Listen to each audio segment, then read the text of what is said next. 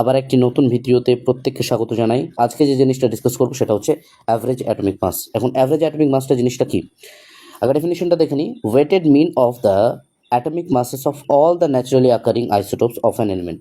একটা মৌলের প্রত্যেকটি আইসোটোপ নেচারে যতটা পার্সেন্টেজে বা যতটা অ্যামাউন্টে থাকে তাদের অ্যাভারেজ বার করবো আমরা। নর্মালি অ্যাটমিক মাস হিসেবে যেটা মাস নাম্বার থাকে, কোনো এলিমেন্ট এক্স যদি থাকে সেই এলিমেন্টের এই যে মাস নাম্বারটা এই মাস নাম্বারটাকে জেনারেলি অ্যাটমিক মাস হিসেবে ধরা হয়। বাট যদি পার্সেন্টেজ হিসেবে আইসোটোপগুলো থাকে তাহলে সেক্ষেত্রে আমরা কীরকম করে অ্যাভারেজ অ্যাটমিক মাসটা বার করব। তো সিম্পল জিনিস, এই অ্যাভারেজ অ্যাটমিক মাসকে দুই রকমভাবে আমরা কিন্তু ক্যালকুলেট করতে পারি। এক, যদি দেখা যাচ্ছে ন্যাচারালি আকারেন্স মানে প্রকৃতিতে তারা কীরকমভাবে আছে সেটা যদি পার্সেন্টেজ হিসেবে দেওয়া থাকে তাহলে আমরা একটাভাবে বার করতে পারি, আর একটা ফ্র্যাকশন হিসেবে যদি এখানে পার্সেন্টেজ না থাকে।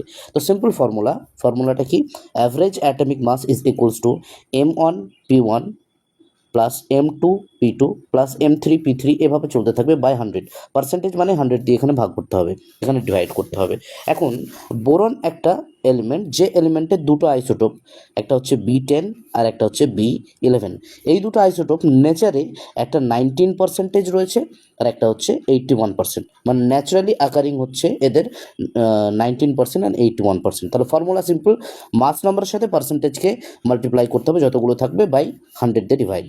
তাহলে এখানে average atomic mass is equals to mass number 10 into 19, so 10 into 19 হয়েছে, plus mass number of B11, that means 11 into 81, তাহলে 11 ইন্টু 81 এটাকে ডিভাইড করলে আমরা পাচ্ছি কি 100 দিয়ে ডিভাইড করতে হবে যেহেতু পার্সেন্টেজ করছি, তাহলে ভ্যালুটা আছে 10.81 ইউনিফাইড মাস। তাহলে এই যে ভ্যালুটা বার হলো, এই ভ্যালুটা অলমোস্ট 11-এর কাছাকাছি।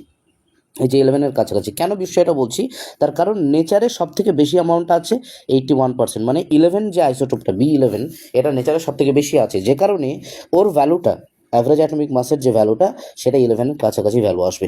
এটা যদি ক্যালকুলেশন না করো আমরা ডাইরেক্টলি একটা অ্যাভারেজ ভ্যালু দেখলেও কিন্তু নিয়ারেস্ট ভ্যালু দেখেও আমরা করতে পারি এটাকে। সেখানে আমরা মেথডে যাব ফ্র্যাকশনাল মেথড, যেখানে পার্সেন্টেজ দেওয়া থাকবে না, শুধু ফ্র্যাকশন ভ্যালুটা দেওয়া থাকবে। এটাকে সিম্পলি আমরা 100 দিয়ে ডিভাইড করবো না, ঠিক আছে, সিম্পলি আমরা M1P1 দিয়েই করব।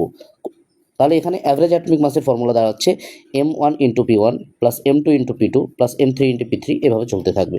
তাহলে এখানে আমরা একটা এক্সাম্পল দেখবো ক্লোরিনের দুটো আইসোটোপ, একটা হচ্ছে Cl35, একটা হচ্ছে Cl37। এই দুটো আইসোটোপ নেচারে অ্যাবান্ডান্স হচ্ছে কতটা, নেচারে কতটা অ্যামাউন্ট আছে, একটা আছে 0.7577 আর একটা রয়েছে 37টা রয়েছে 0.2423% রয়েছে। এখন অ্যাভারেজ অ্যাটমিক মাসের ফর্মুলাটা দাঁড়াচ্ছে 35 into 0.7577 plus 37 into 0.2423, that is M1P1 plus M2P2 এভাবে বার করা হচ্ছে। তো যে অ্যাভারেজ অ্যাটমিক মাসটা বেরিয়েছে সেটা হচ্ছে 35.45। সো 35.45 এটাই কিন্তু অ্যাকচুয়ালি ক্লোরিনের আমরা অ্যাটমিক মাস হিসেবে জানি, মানে ক্লোরিনের নর্মালি অ্যাটমিক মাস তো আমরা জানি 35.5, যেটা ফ্র্যাকশনে আসে। ঠিক আছে, থ্যাংক ইউ। ভিডিওটি ভালো লাগলে লাইক শেয়ার কমেন্ট করে দিও আর পেজটিকে ফলো করে নিও।